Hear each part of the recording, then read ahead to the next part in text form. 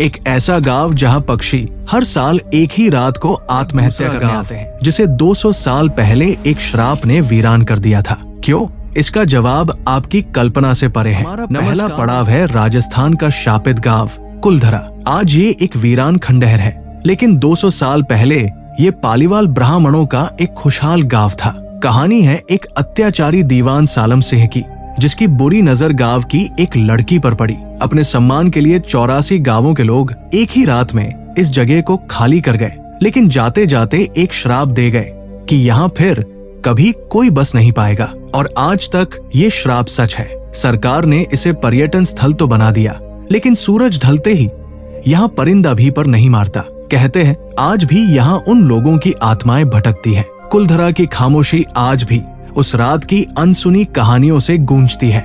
Number 2, Bhangarh, Bharat की सबसे डरावनी हकीकत। कुलधरा के डर से निकल इस किले के बारे में कहानियाँ इतनी डरावनी हैं कि भारतीय पुरातत्व सर्वेक्षण ने भी यहाँ सूर्यास्त के बाद रुकने पर पाबंदी लगा रखी है। कहते हैं राजकुमारी रत्नावती की सुंदरता पर मोहित एक तांत्रिक ने उसे पाने के लिए काला जादू किया, लेकिन राजकुमारी ने उसकी चाल समझ ली और एक चट्टान से तांत्रिक को कुचल दिया। मरते हुए तांत्रिक ने श्राप दिया कि भानगढ़ बर्बाद हो जाएगा, और एक युद्ध के बाद ऐसा ही हुआ। आज भी यहाँ रात में चीखें और चूड़ियों की खनक सुनाई देने का दावा किया जाता है। ये सिर्फ एक कहानी नहीं, एक जीती जागती पहेली है। नंबर 3, शनि शिंगणापुर, जहाँ विश्वास ही ताला है। भानगढ़ के डर से निकलकर अब हम चलते हैं विश्वास की एक ऐसी दुनिया में जहाँ डर का कोई नामो निशान नहीं। महाराष्ट्र का शनि शिंगणापुर एक ऐसा गांव जहाँ किसी भी घर, दुकान या बैंक में दरवाजे नहीं हैं। यहाँ के लोगों को भगवान शनि पर अटूट विश्वास है कि वही उनके रक्षक है। उनका मानना है कि जो भी यहाँ चोरी करेगा, शनिदेव का प्रकोप उसे अंधा कर देगा। सदियों से ये गांव अपराध मुक्त होने का दावा करता है, जो दुनिया के लिए एक मिसाल है। नंबर 4, शैतपाल, जहाँ हर घर में कोबरा का बसेरा है। विश्वास की इस यात्रा में हमारा अगला पड़ाव और भी हैरान करने वाला है। महाराष्ट्र का शैतपाल गांव, जहाँ हर घर में इंसानों के साथ जहरीले कोबरा सांप रहते हैं। यहाँ सांपों के लिए घरों में एक देवस्थान बनाया जाता है। वे बिना किसी डर के घरों में घूमते हैं और आज तक किसी को सांप के काटने की कोई घटना नहीं हुई। ये गांव इंसानों और प्रकृति के सबसे खतरनाक जीवों के बीच सहअस्तित्व का एक अद्भुत रहस्य है। नंबर 5, कोडेन्ही, जुड़वा बच्चों का गांव। अब चलते हैं दक्षिण भारत के केरल में, जहां कोडेन्ही गांव एक जैविक चमत्कार का घर है। दुनिया में जहां 1000 जन्मों पर 4 से 6 जुड़वा होते हैं, वही इस गांव में ये आंकड़ा 45 से भी ज्यादा है। लगभग 2000 परिवारों के इस गांव में 400 से ज्यादा जुड़वा जोड़े हैं। स्कूल, बाजार, गलियां, हर तरफ आपको हमशक्ल चेहरे दिखेंगे। दुनिया भर के वैज्ञानिक यहाँ के पानी और हवा पर शोध करके थक चुके हैं, लेकिन ये रहस्य आज भी अनसुलझा है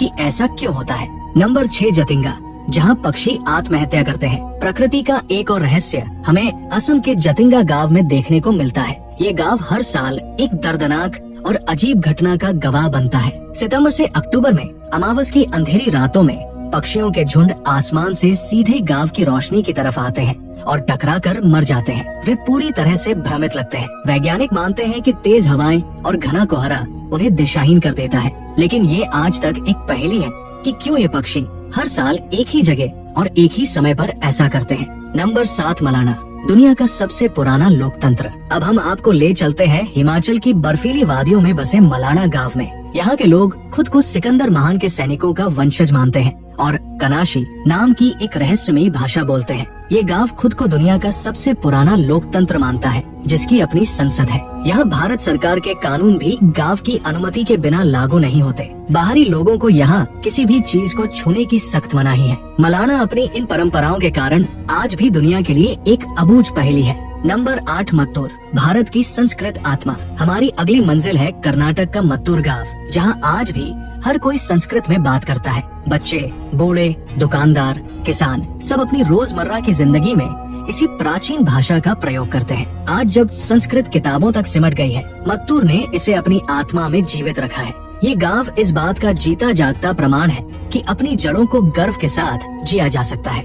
नंबर 9, रोंगदोई, जहाँ बारिश के लिए होती है मेंढकों की शादी। असम का रोंगदोई गांव हमें भारत की अनोखी लोक परंपराओं से मिलाता है। जब भी यहाँ सूखा पड़ता है तो गांव वाले इंद्रदेव को प्रसन्न करने के लिए 2 मेंढकों की पूरे रीति रिवाज से शादी करवाते हैं। आपको ये अंधविश्वास लग सकता है, लेकिन गांव वालों का अटूट विश्वास है कि ऐसा करने से बारिश होती है और कई बार ऐसा हुआ भी है।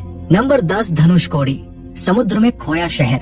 तमिलनाडु का भूतिया शहर धनुषकोडी 1964 तक ये एक फलता फूलता शहर था, लेकिन 22 दिसंबर की रात एक भयानक चक्रवात ने इसे समुद्र में डुबो दिया। 20 फीट ऊंची लहरों ने पूरे शहर को जल समाधि दे दी। आज यहाँ केवल टूटे फूटे खंडहर उस रात की कहानी कहते हैं। माना जाता है कि यही भगवान राम ने राम सेतु बनाने का आदेश दिया था। ये वीरान शहर अपने सीने में प्रकृति के प्रकोप, इतिहास और आस्था के गहरे रहस्य दफन किए हुए है। नंबर 11 कांगड़ा का किले वाला गांव, जहाँ महल की दीवारें फुसफुसाती है। हिमाचल प्रदेश के कांगड़ा में एक गांव है जहाँ किला सिर्फ खंडहर नहीं, एक जिंदा रहस्य है। कहते हैं इस किले की दीवारों से रात को किसी के बोलने, चलने और चीखने की आवाजें आती हैं, लेकिन अंदर कोई नहीं होता। गांव वालों का मानना है कि यहाँ प्राचीन युद्ध में मरे सैनिकों की आत्माएं आज भी भटक रही है। आर्कियोलॉजिकल सर्वे की टीम भी कई बार यहाँ से बिना जवाब लिए लौट चुकी है। ये गांव अपने ही इतिहास से डरा हुआ है।